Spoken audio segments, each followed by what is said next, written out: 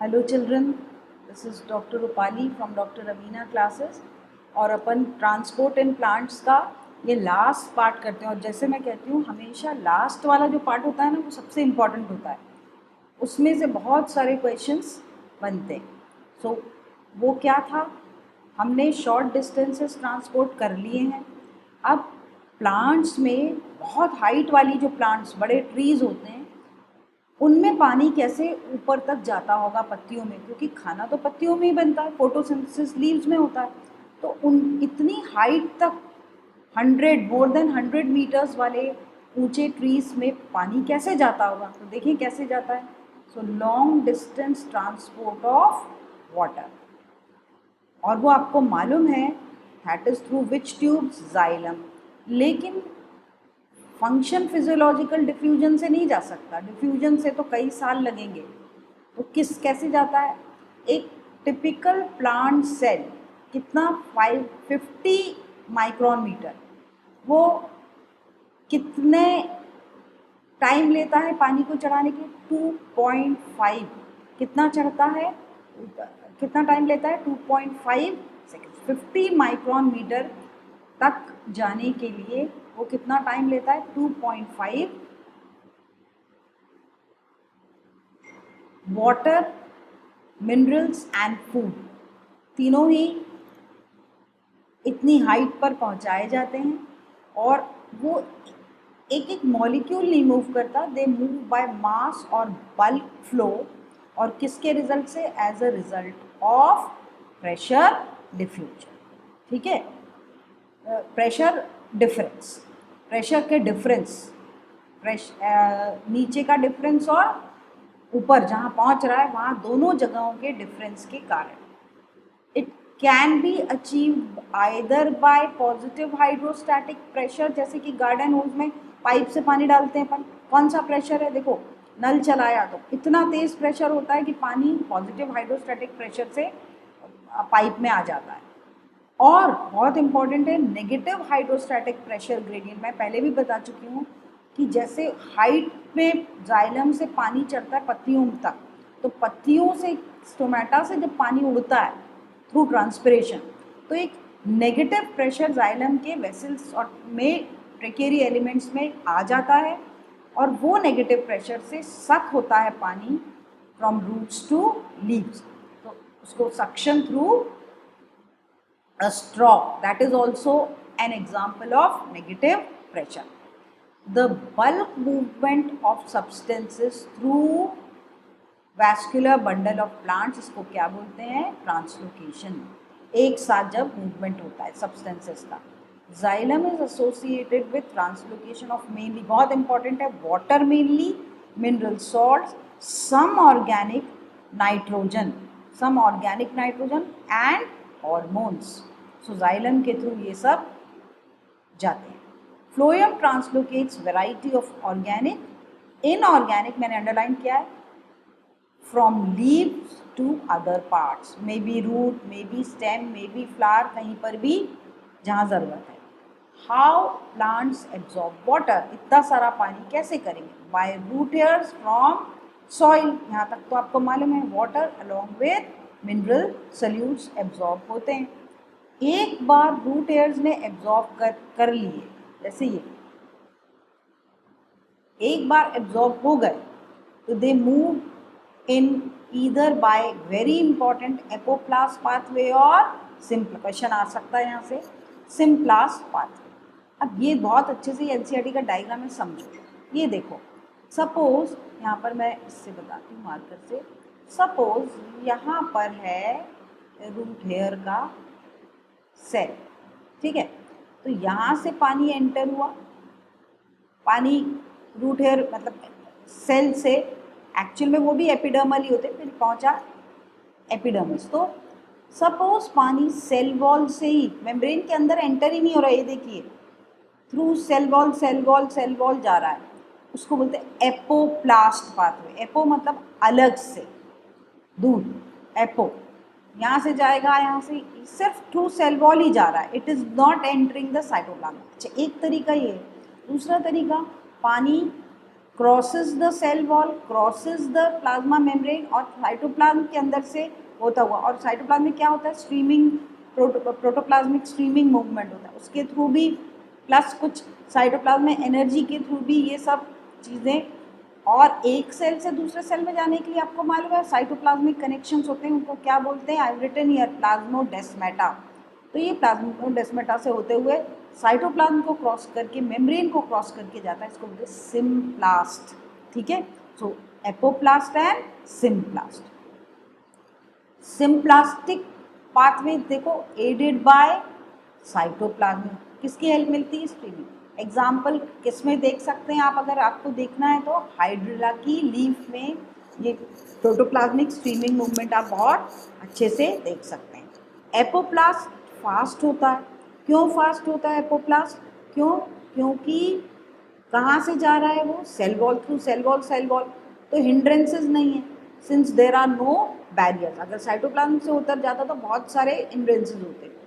Intercellular space से होता, आप देखो इंटरसेल्यूलर स्पेस से होता हुआ जाता है सेल वॉल। तो एपोप्लास्टिक पाथवे में पानी के क्या पड़ेगा उसको, एक तो सेल वॉल और एक सेल से दूसरे सेल के बीच जाने का अगर स्पेस है इंटरसेल्यूलर तो उससे होता हुआ वो चला जाएगा, क्योंकि कॉर्टेक्स सेल्स में बहुत इंटरसेल्यूलर स्पेसेस होती हैं। लेकिन सिम्प्लास्टिक पाथवे को क्या, सेल वॉल से होता हुआ मेम्ब्रेन में जाएगा, मेम्ब्रेन को क्रॉस करेगा, फिर साइटोप्लाज्म को क्रॉस करेगा और प्लाज्मोडेस्माटा को। तो ये रूट सिम्प्लास्ट का है और ये एपोप्लास्ट का, ये ध्यान देना क्वेश्चन। एक चीज़ मैं बताना चाहूँगी, देखो ये है कॉर्टेक्स की सेल, फिर आती है एंडोडर्मिस की सेल। अब ये मैंने बनाया है एंडोडर्मिस में कैस्पेरियन स्ट्रिप, आपको मालूम है ये सुबरिन की लेयर है और ये ऑब्स्ट्रक्ट करती है पानी और कुछ भी अलाउ नहीं करती, स्पेशली इम्परवियस टू वाटर। अब यहाँ तक तो एपोप्लास्टिक पाथवे बहुत अच्छे से पानी आ गया, लेकिन इसके बाद अलाउड नहीं है। तो चाहे वो एपोप्लास्टिक तरीके से पानी आ रहा हो, सिम्प्लास्टिक तरीके, सिम्प्लास्ट में तो कोई प्रॉब्लम नहीं है, वो साइटोप्लाज्म से होता हुआ गुजर जाएगा एंडोडर्मिस की सेल। लेकिन क्योंकि ये टेंजेंशियल और रेडियल वॉल पे कैस्पेरियन स्ट्रिप है, तो एपोप्लास्टिक पाथवे को ऑब्स्टिकल आ जाता है, तो उसको अल्टीमेटली कहाँ एंटर करना पड़ता है, into the cytoplasm. So up till endodermis तक तो ठीक है, लेकिन एंडोडर्मिस के बाद apoplastic pathway finally becomes symplastic और फिर प्लाज्मोडेस्माटा से होता हुआ pericycle and enters the xylem, ultimately xylem से ऊपर चढ़ेगा। क्लियर है। So additional structures in some plants क्या है, पाइनस। अब ये इम्पॉर्टेंट है, पाइनस में अपने अंदर अगर मिनरल्स और वाटर चाहिए तो एडिशनल स्ट्रक्चर्स रूट में होते हैं, दैट इज माइकोराइजा। माइको मतलब फंगस, राइजा मतलब roots. So it is symbiotic association of fungus with the roots. And fungus क्या देता है, it absorbs mineral ions and water much larger volume में। बहुत रूट्स उतने वॉल्यूम में नहीं एब्जॉर्ब कर सकती, फंजाई का सरफेस एरिया हर तरफ से इंक्रीज्ड है तो वो ज़्यादा एब्जॉर्ब करके देता है बहुत सारे ऐसे मिनरल्स जो कि रूट्स एब्जॉर्ब नहीं कर पाती नॉर्मली भी। रूट्स प्रोवाइड, और रूट्स बदले में क्या देती फंगस को, sugars and nitrogen containing compounds, basically उनका न्यूट्रिएंट्स। और कुछ जैसे पाइनस में तो एक ऑब्लिगेट कंपल्सरी रिलेशनशिप होता है, Pinus seeds can not germinate without mycorrhiza, important है ये। क्लियर। तो ये एक एडिशनल स्ट्रक्चर्स जिम्नोस्पर्म, खासकर पाइनस और दूसरे प्लांट्स भी कई हैं जो रखते हैं ताकि मिनरल्स और वाटर ज़्यादा अमाउंट में और बेहतर मिनरल्स एब्जॉर्ब हो सकें। Now water movements in plants, against gravity करना है। आप देखो ऊपर जाना है पानी को, अब रूट्स से तो आ गया जाइलम तक, अब ऊपर चढ़ना है। सो कौन सा पहला तरीका है, रूट प्रेशर।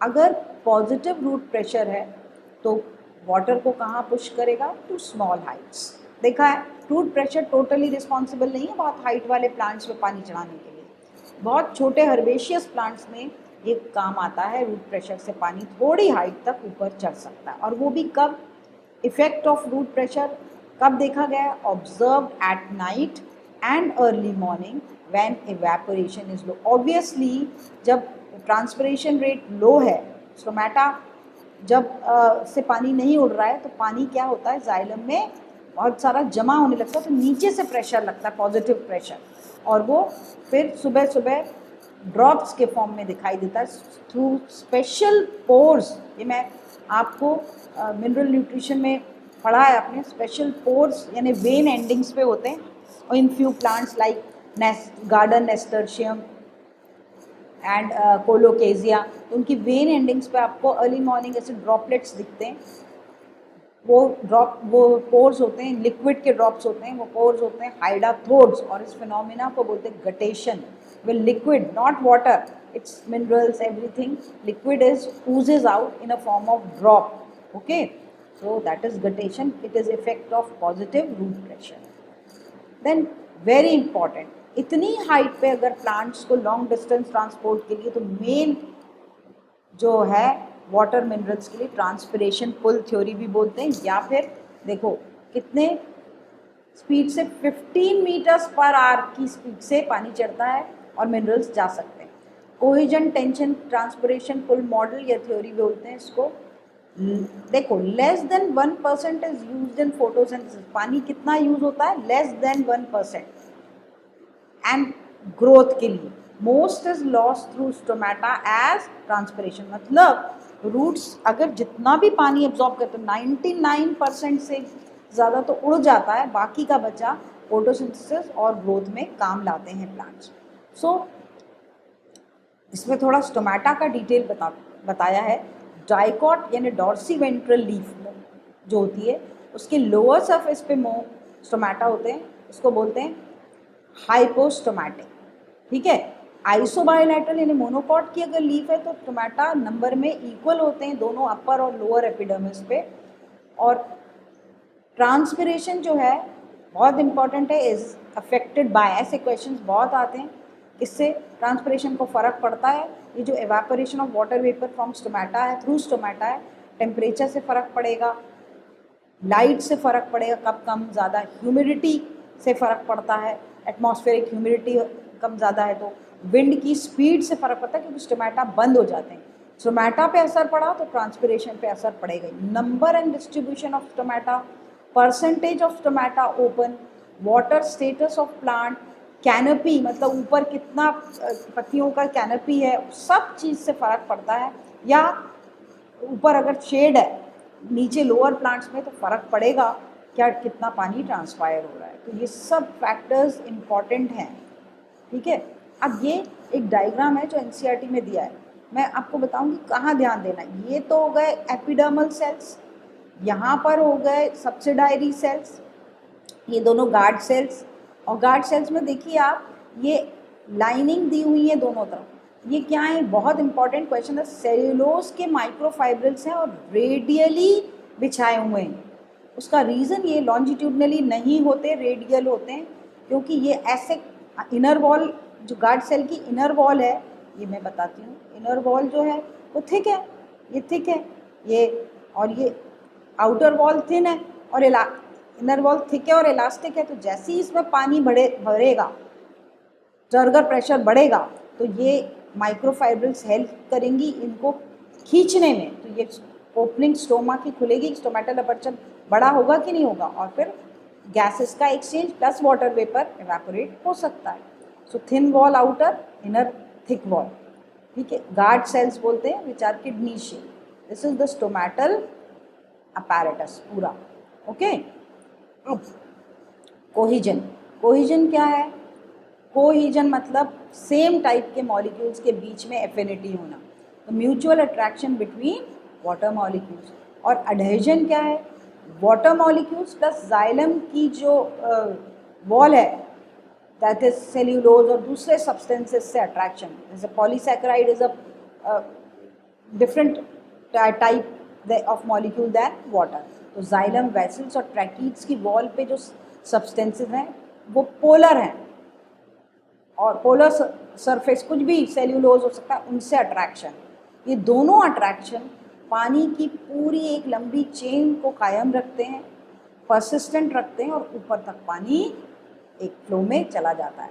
और सरफेस टेंशन, जो जाइलम की जो डायमीटर है वेसल्स का, वो वाटर मॉलिक्यूल्स अट्रैक्ट होते हैं to each other in liquid phase more than water in gas phase. तो ये सरफेस टेंशन क्रिएट करता है जिसको हेल्प करता है ऊपर पानी चढ़ाने में। They give water high tensile strength, high capillarity, also aided by small diameter of tracheary elements, जिसकी वजह से cohesion, adhesion, surface tension and high capillarity, ये चार चीज़ें, and small diameter of the tracheary elements, मतलब दोनों मिला के वेसल्स एंड ट्रेकीज, ये पानी को ऊपर हाइट तक चढ़ाने में हेल्प करते हैं।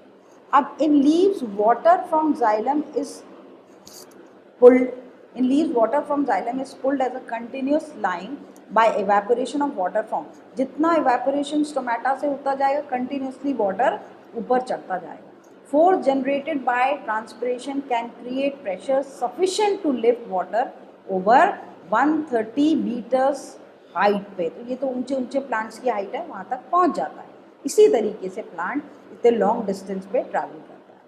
अब ट्रांसपिरेशन एंड फोटोसिंथेसिस का रिलेशन है, देखो transpiration creates pull and water कहाँ तक पहुँच जाता है, लीव्स तक।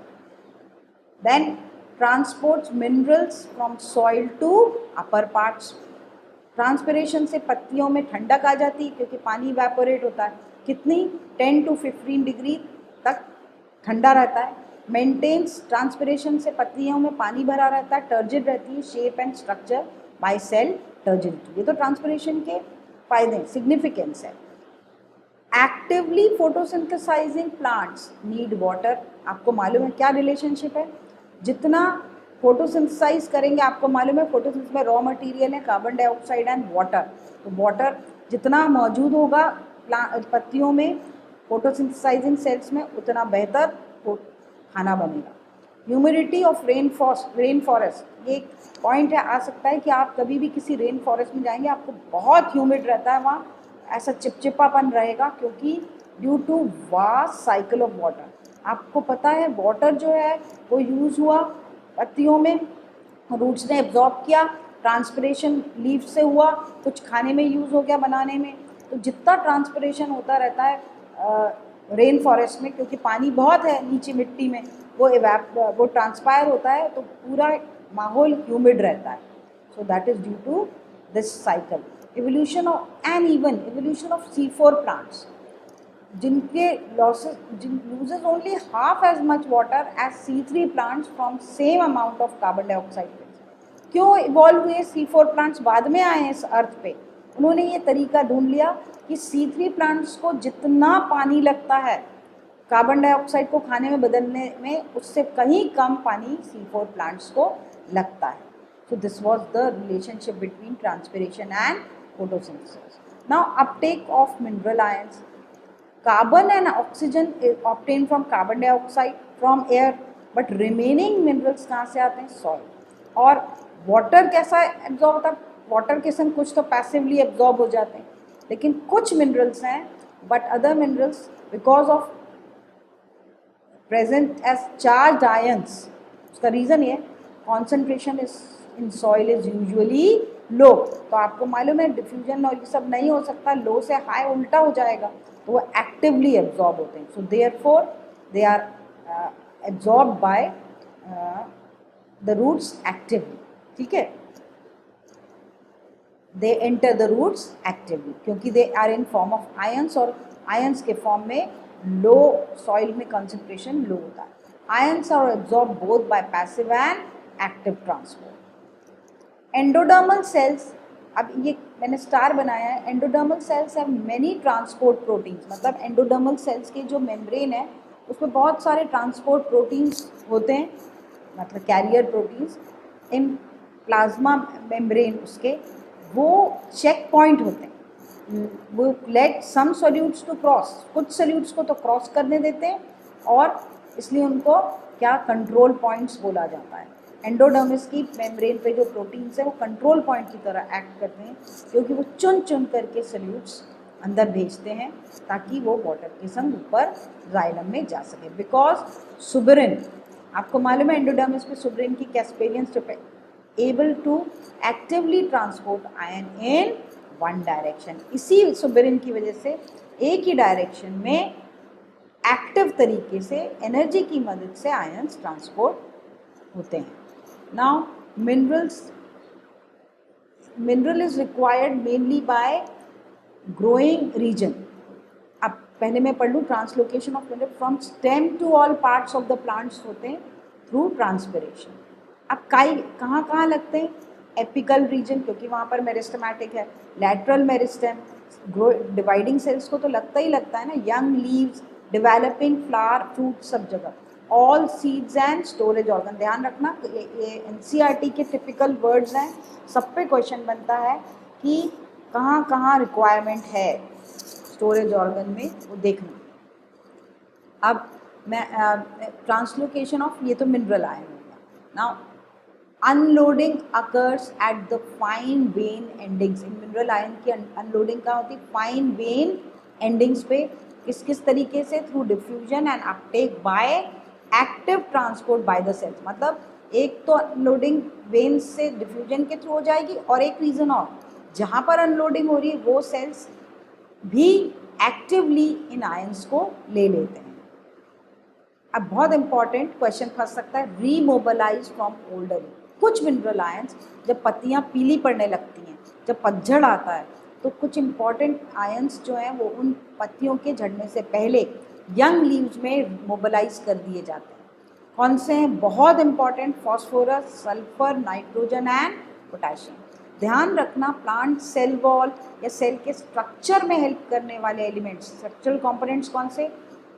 कैल्शियम दिया हुआ है एनसीईआरटी ने, लेकिन कार्बन भी कैन नॉट बी रिमोबलाइज. कैसे करेंगे? सेल वॉल थोड़ा ना ब्रेक होगी, साइटोप्लाज्म के अंदर के रिमोबलाइज होंगे. तो वो है phosphorus, sulphur, nitrogen and potassium. Some nitrogen, अब ये कैसे ट्रैवल होते हैं? Some nitrogen travels as inorganic ions and much as amino acid. जो रिमोबलाइजेशन में कैसे, वैसे भी ट्रैवल कैसे होंगे, ये दोनों तरीके ध्यान रखना. Nitrogen, some amount of phosphorus and sulphur as organic compound travel करते हैं. ठीक है. लास्ट, फ्लोएम ट्रांसपोर्ट, यानी सुक्रोज, फूड का ट्रांसपोर्ट. अब आपको मालूम है बाई डायरेक्शनल है. क्यों है? पत्तियों में बनता है, पत्तियों से स्टोरेज ऑर्गन में जाता है, लेकिन जब फ्लावरिंग स्प्रिंग सीजन में फ्लावर और फ्रूट और सीड को ज़रूरत है, तो रूट से वहाँ जाता है, फ्लावर्स और फ्रूट तक जाएगा. तो इट इज़ बाई डायरेक्शनल. और किस फॉर्म में जाता है? देखो, ग्लूकोज के फॉर्म में बनता है, सुक्रोज के फॉर्म में ट्रैवल होता है, क्योंकि sucrose is a non reducing sugar. Glucose एक रिड्यूसिंग शुगर है, तो उस फॉर्म में नहीं जा सकता. तो सुक्रोज के फॉर्म में जाता है from source to sink. Source to sink. अब डायग्राम में देखो, सोर्स क्या है? पत्ती. सिंक क्या है? ये रूट सेल लिखा है मैंने.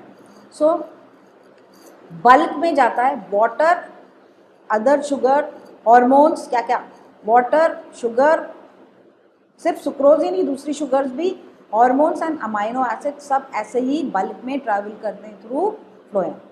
और कैसे? अब समझो, पत्तियों में बना खाना यहाँ पर ग्लूकोज के फॉर्म में.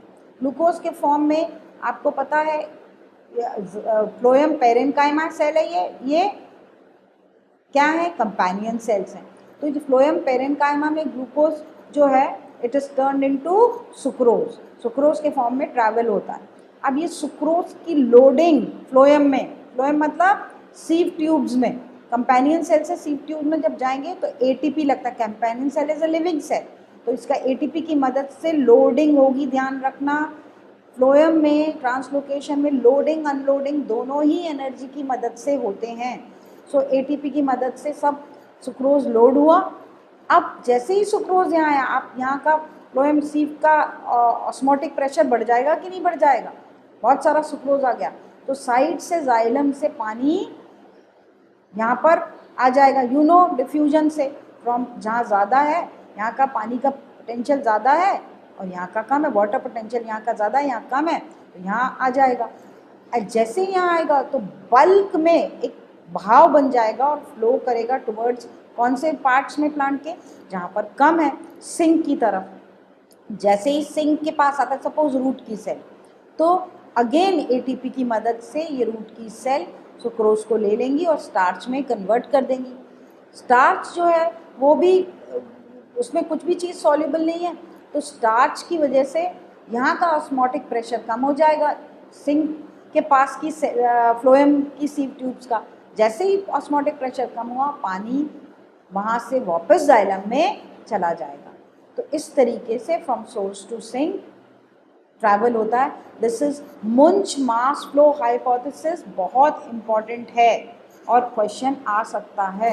एंड लास्ट पार्ट, इस पे क्वेश्चन फंसता है हर बार, कैसे प्रूव करेंगे फ्लोएम से ही फूड ट्रांसपोर्ट होता है? By girdling experiment. तो इसको गर्डलिंग क्या है? To identify tissue through which food transport, इसके लिए होता है ये। क्या रिमूव करते हैं प्लांट का? बार्क। क्या रिमूव करते हैं? बार्क रिमूव करते हैं। बार्क मतलब कहाँ तक? फ्लोएम तक रिमूव करते हैं, जाइलम इंटैक्ट रहता है। तो कैसे करेंगे ये देखिए मैं बताती हूँ, ये डायग्राम से ये ऐसे रिमूव करेंगे। ये है, ये इस टाइप का ये सपोज है, तो ये स्टेम है, तो ये रिमूव कर देंगे। सिर्फ बीच में क्या रहेगा? जाइलम रहेगा और फिर नीचे का पार्ट रहेगा। ये यहाँ से फ्लोएम रिंग रिमूव कर दी बार्क की, और ये क्या है? सिर्फ ये है जाइलम। तो यहाँ पर थोड़े दिनों में क्या जमा होना शुरू हो जाएगा? फूड। इसका मतलब फूड का ट्रांसलोकेशन थ्रू फ्लोएम होता है, नॉट। और एक चीज़ सबसे पहले पूछते हैं क्या मरेंगे? So portion of bark above the ring becomes swollen, यहाँ पर swollen है। This proves that food is translocated through phloem। एक क्वेश्चन ये आता है कि क्या what will die first? देखो रूट्स में तो पानी आ रहा है, ठीक है, और जो लीव्स हैं उनमें भी पानी जा रहा है, ठीक है, लेकिन फूड नहीं जा रहा है नीचे। तो roots will die first and then shoot will die. Clear? क्योंकि रूट्स में फूड का ऑब्स्ट्रक्शन हो गया है, रूट्स को फूड नहीं मिल रहा है, जबकि पत्तियों में तो फूड बन रहा है, ठीक है, पानी भी मिल रहा है। तो roots will die first, okay, shoot will die later. That's all, just revise it.